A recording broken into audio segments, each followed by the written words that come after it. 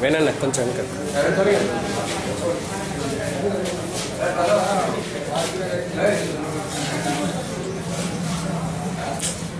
డబ్బనాట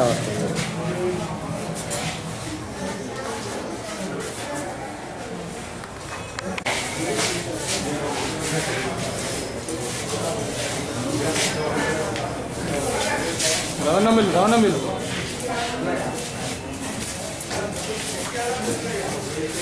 areas రవణ రెడ్డి చూడండి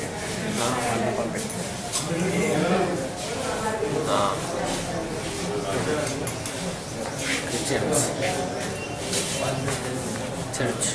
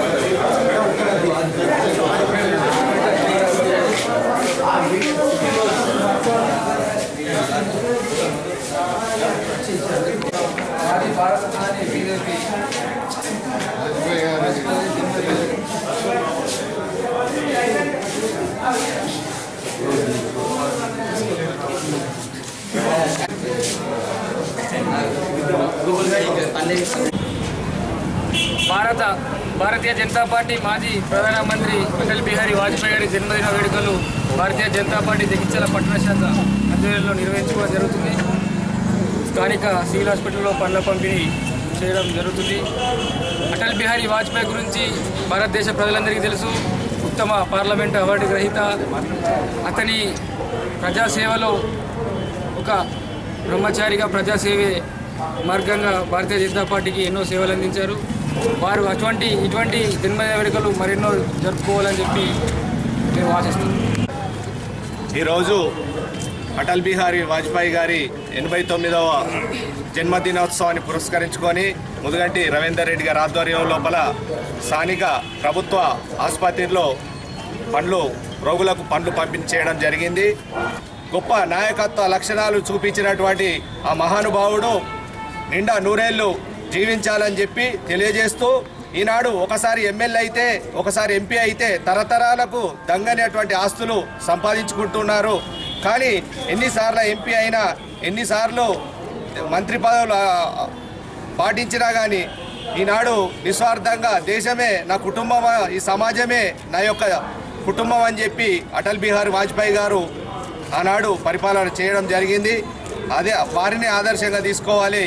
ఈనాడు దేశ ప్రధానులలో ముఖ్యమైనటువంటి ఘట్టాన్ని నిర్వహించినటువంటి అటల్ బిహారీ వాజ్పేయి గారికి భారతరత్న అవార్డు ఇచ్చి, వారు జీవించి ఉండగానే భారతరత్న అవార్డు ఇచ్చి వారి యొక్క సేవలను భారత ప్రభుత్వం వెంటనే గుర్తించి వారికి భారతరత్న ఇవ్వాలని చెప్పి భారతీయ జనతా పార్టీ పట్టణ శాఖ వాజ్పేయి గారి జన్మదినాన్ని పురస్కరించుకొని ఈరోజు ఈ హాస్పిటల్లో రోగులకి పండ్లు పంపిణీ చేయడం జరిగింది. వారికి మా బీజేపీ పార్టీ తరఫున దేశంలో ఏ సమస్యకు కూడా ఖచ్చితమైన పరిష్కారాన్ని ఇవ్వగలిగినటువంటి ఒక ఖచ్చితమైన మనసు ఉన్నటువంటి వ్యక్తి మహానుభావుడు వాజ్పేయి గారు. ఆ రోజు రాజకీయ లబ్ధికి ఆశించకుండా కేవలం పరిపాలన సౌలభ్యం కోసం మాత్రమే 3 రాష్ట్రాలను ఇవ్వడం జరిగింది. జార్ఖండ్, ఛత్తీస్గఢ్, ఉత్తరాంచల్ లాంటి 3 రాష్ట్రాలను ఇచ్చినప్పుడు అక్కడ కూడా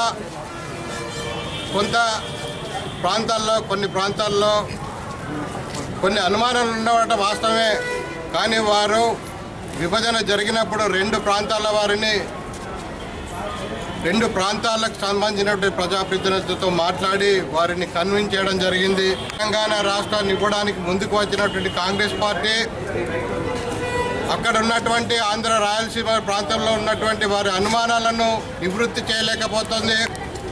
అక్కడ ఆ ప్రాంతాలలో ఆంధ్ర రాయలసీమ ప్రాంతాల్లో ఉండే కాంగ్రెస్ నాయకులను కూడా కనీసం కన్విన్స్ చేయలేనటువంటి పరిస్థితిలో ఈరోజు కాంగ్రెస్ ప్రభుత్వం ఉంది. కాబట్టి ఇలాంటి చేతగాని ప్రభుత్వాలను కూలదోసి ఖచ్చితమైన నిర్ణయాలు తీసుకునేటువంటి నాయకుల్ని ఎన్నుకోవాల్సిన అవసరం బాధ్యత ప్రజలందరి మీద ఉందని విశ్వసిస్తూ ఈరోజు ఈ 89వ జన్మదిన సందర్భంగా వాజ్పేయి గారికి మరొకసారి జగిత్యాల నియోజకవర్గం తరఫున శుభాకాంక్షలు తెలియజేస్తూ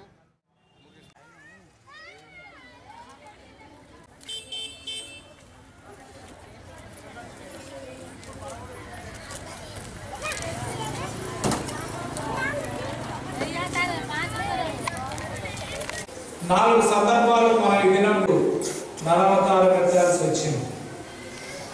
హిందూ నీతి క్షీణించినప్పుడు, దుర్నీతి విస్తరించినప్పుడు భగవంతుడు నరావతారం ఎత్తి వస్తాడట.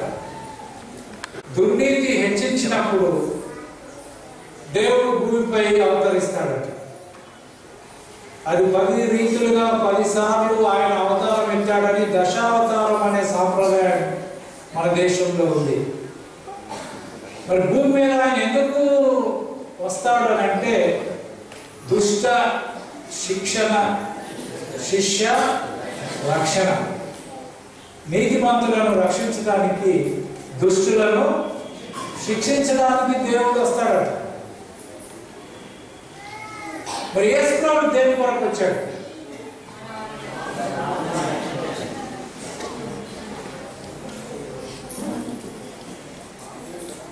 నాలుగు సందర్భాలు నేను మీ ముందు పెడతాను. మొట్టమొదటిది పరిశుద్ధ యోహాను సువార్త 3వ అధ్యాయం 16వ వచనం.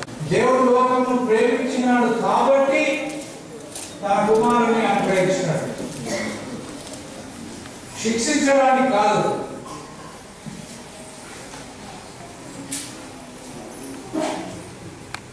తీర్పు తీర్చడానికి దేవుడు ఆయన లోకంలోనికి పంపలేదు. దేవుడు ప్రేమ గలవాడు అని చెప్పడానికి బలమైనటువంటి నిదర్శనము యేసుక్రీస్తు ప్రభువు. ఆయన జననము, ఆయన జన్మ దేవుని ప్రేమకు సాదృశ్యం. The birth of Jesus is the symbol. ఆయన ధృవీకరించలేదు, పాపులను దూరపరచలేదు, కానీ వారిని ఆయన ప్రేమించాడు.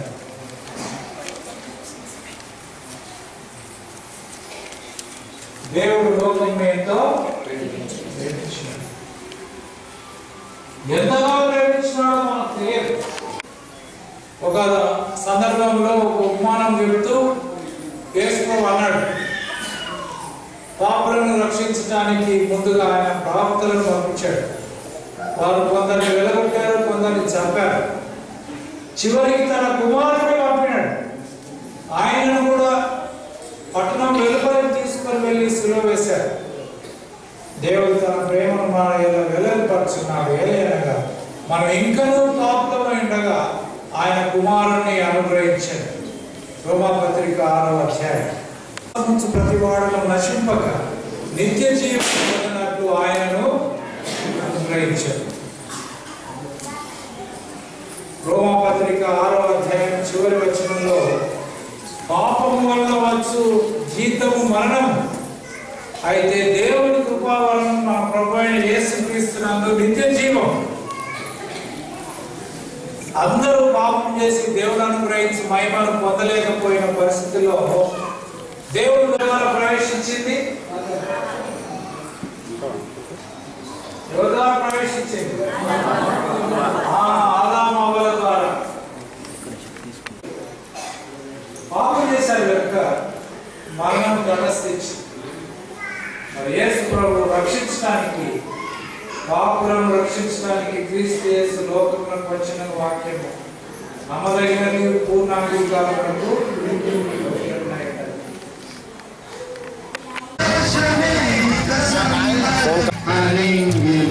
శరణి మురిసింది సూత వచ్చింది సువార్తను మాకు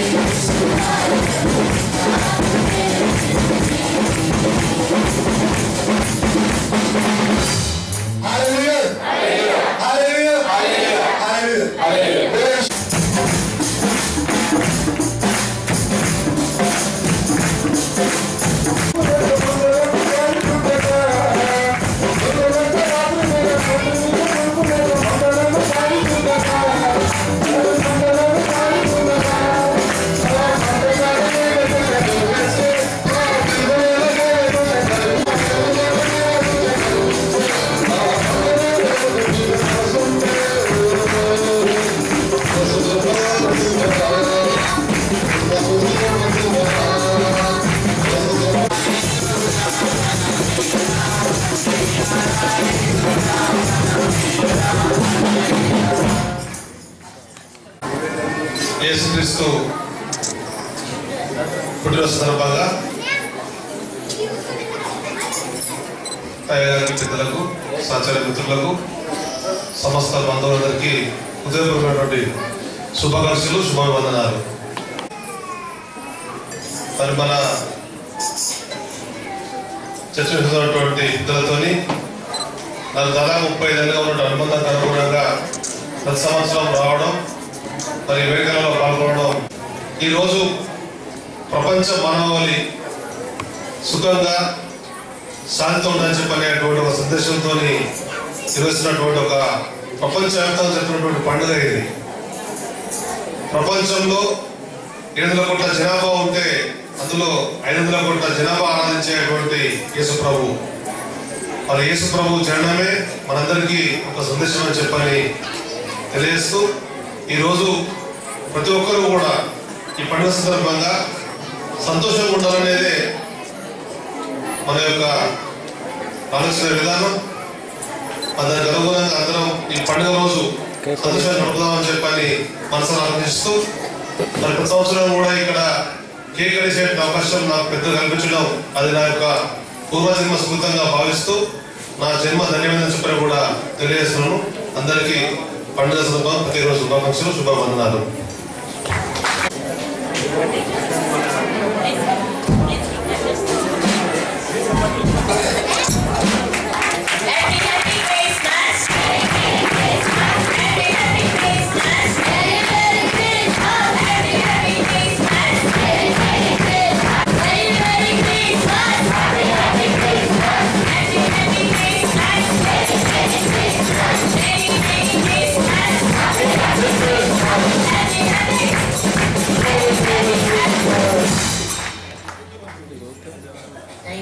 wish you a Merry Christmas.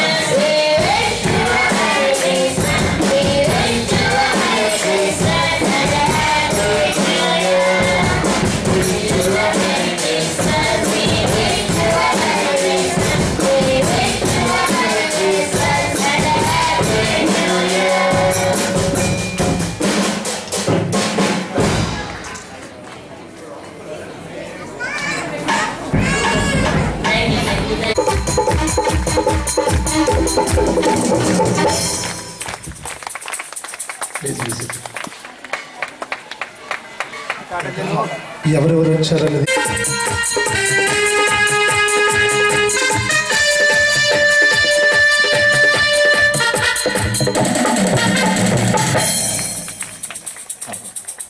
Mallesham గారిని కూడా ఆహ్వానిస్తున్నాం.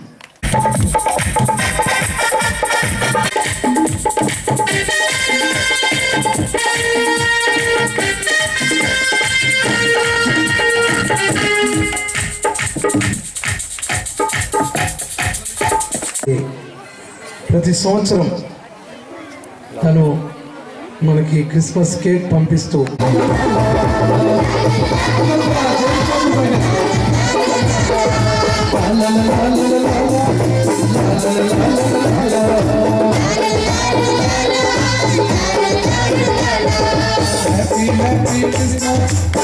నామమునకు కృతజ్ఞతాస్తుతులు వందనాలు స్తోత్రాలు చెల్లిస్తున్నాను.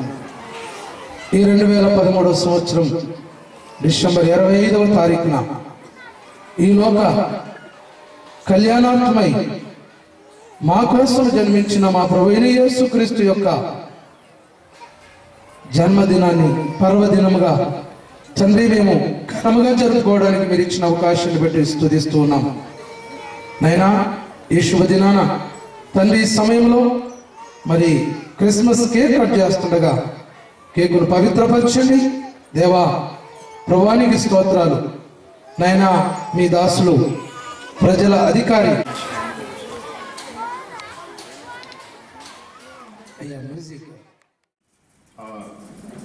हाजिरीन सबका तहे दिल से शुक्रिया अदा करता हूं, क्योंकि जब तक हमारी क़यादत करने वाले स्टेट लेवल पर नहीं रहेंगे तो हमारा हिसाब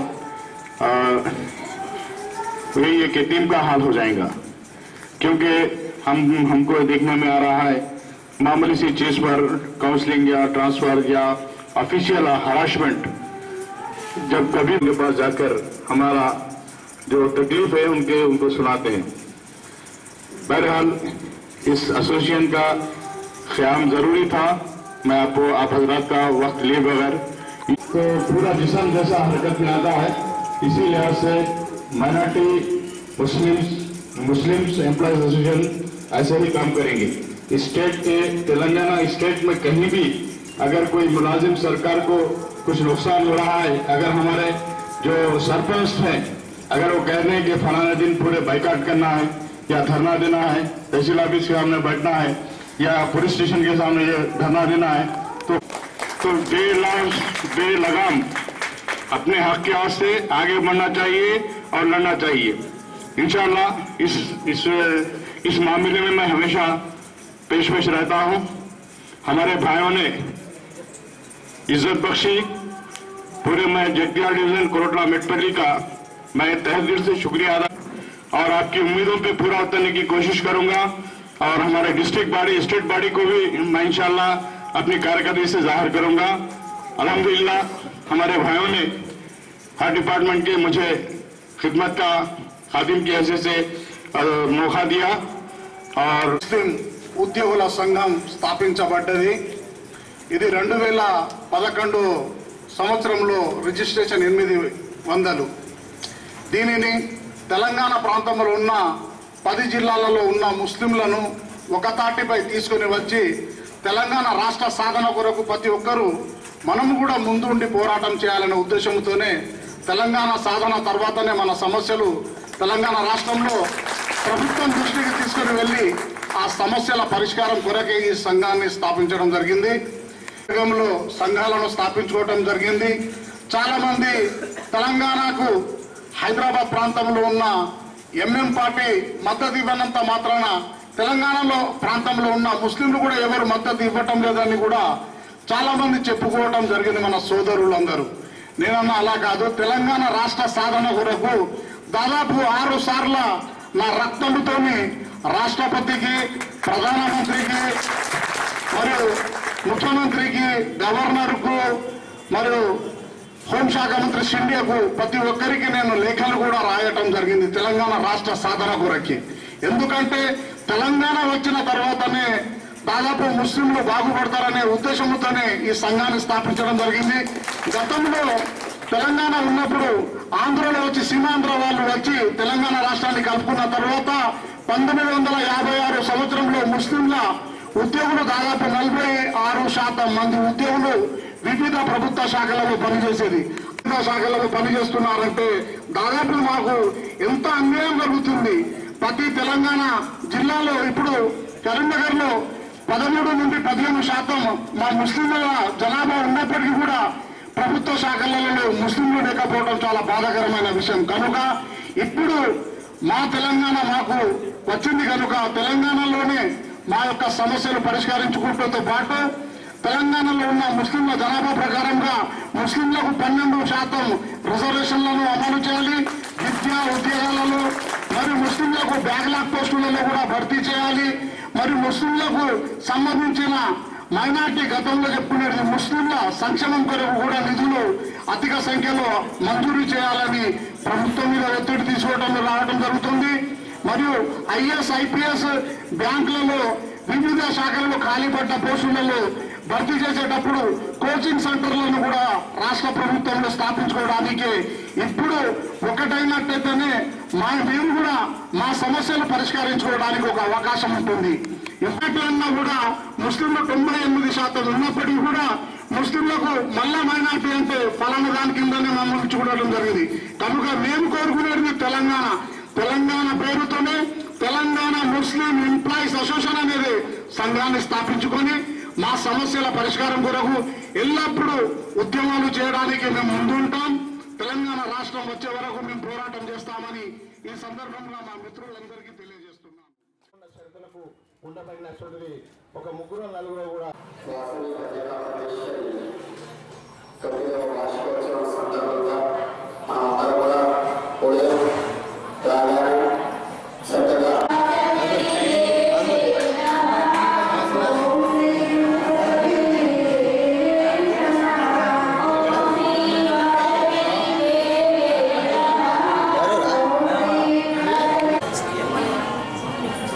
సరే సరే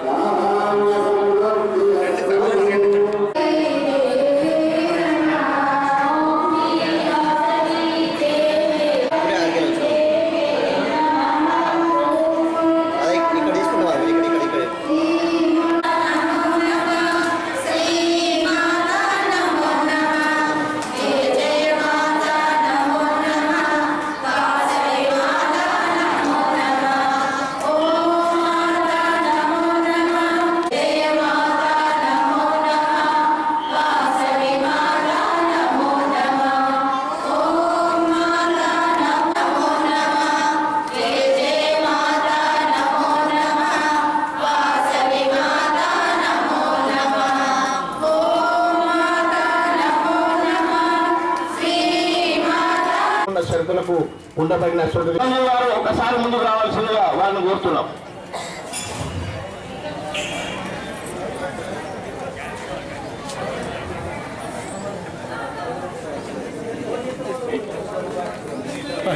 గారు ఎల్మల సురేష్ గారు కావాల్సినటువంటి మన పట్టణ అధ్యక్షులు గారు సత్యయ్య గారు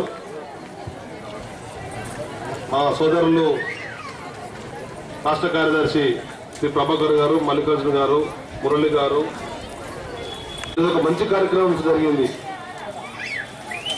సుదర్శన్ గారు మరి కన్యాకా పరమేశ్వర ఆలయం సంబంధించి ఆమె శ్రమ చేస్తుంటుంటే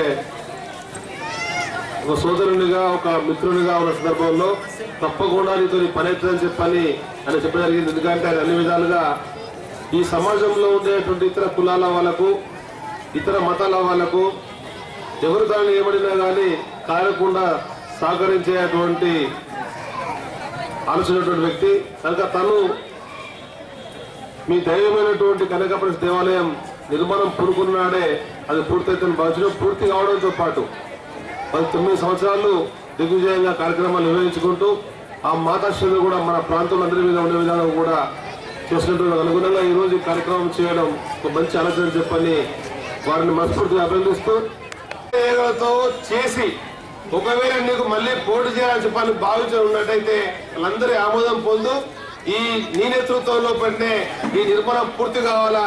నాగబాబు గారు జనవరి 1st వీక్ లో ఎప్పుడు సమయం ఇచ్చినా కానీ వారి నేతృత్వంలో నీవు మీ నిర్మాణ కమిటీ సభ్యులు నేను కూడా ముఖ్యమంత్రి గారికి వచ్చి మీరు ఆ నిధులు అవసరం మాకు కావాలని చెప్పనుకుంటే ప్రభుత్వ పరంగా కూడా సహకారం కావాలనుకుంటే తప్పకుండా ఒక 50 లక్షల రూపాయల ఇప్పించడం కొరకు నా వంతుగా నేను ప్రయత్నిస్తానని చెప్పని అలాంటి పెద్దలు రోషయ్య గారు ఉన్నప్పుడే పైసా అవసరం ఉండే మనందరం కూడా చురుకైన పాత్ర ఆలోచన చేయకపోవడం వల్ల అవకాశం రాలేదు.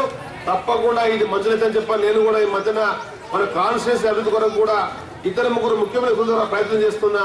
అవి కూడా వచ్చినట్టయితే అందులోకి వెళ్ళి ఒక 10 లక్షల రూపాయలు గతంలోనే మాట ఇచ్చిన తప్పకుండా వచ్చేటువంటి ముఖ్యమంత్రి గారి ప్రత్యేక సహాయం చేసినట్టయితే 10 లక్షల రూపాయలు మీకు ఎటువంటి ఇబ్బంది లేకుండా ఇందులో ప్రభుత్వ పరంగా డబ్బులు ఇచ్చినాయి ప్రభుత్వ ఆధీనంలో ఎటువంటిది ఉండదు కానీ ఫంక్షనర్స్ అవన్నీ కూడా ప్రభుత్వం సహకరించేటువంటి నియమ నిబంధనలు ఉన్నాయి కనుక ఏదైతే మనకు రాయకల్లో ఉండేటువంటి వైశాఖ సభ్యులు నిర్వహించినటువంటి ఫంక్షన్ హాల్కు ఏ విధంగా ప్రభుత్వ ఫ్లెక్స్ ఉందో ఆ విధంగా తయారు చేయొచ్చు, కమర్షియల్ గా చేయొచ్చు, ఫంక్షన్ కొరకు చేయొచ్చు, దుకాణ సంబంధంగా చేయొచ్చు. అన్ని విధంగా ఒక మంచి అవకాశం ఉన్నటువంటి స్థలం.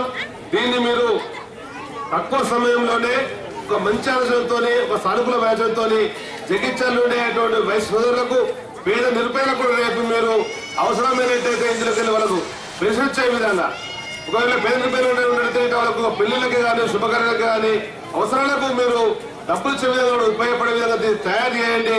ఈ తయారు చేసేటువంటి కార్యక్రమానికి నా వంతుగా నేను సంపూర్ణ సహకరిస్తానని చెప్పి తెలుసుకుంటూ వాసవి మాత ఆశీస్సులు మనందరిపై కోరుకుంటూ తెలుసుకుంటాను. జై హింద్.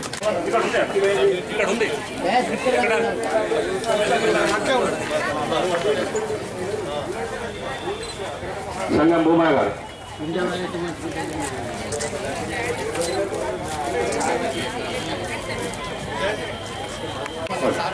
తర్వాత గంప చంద్రశేఖర్ గారు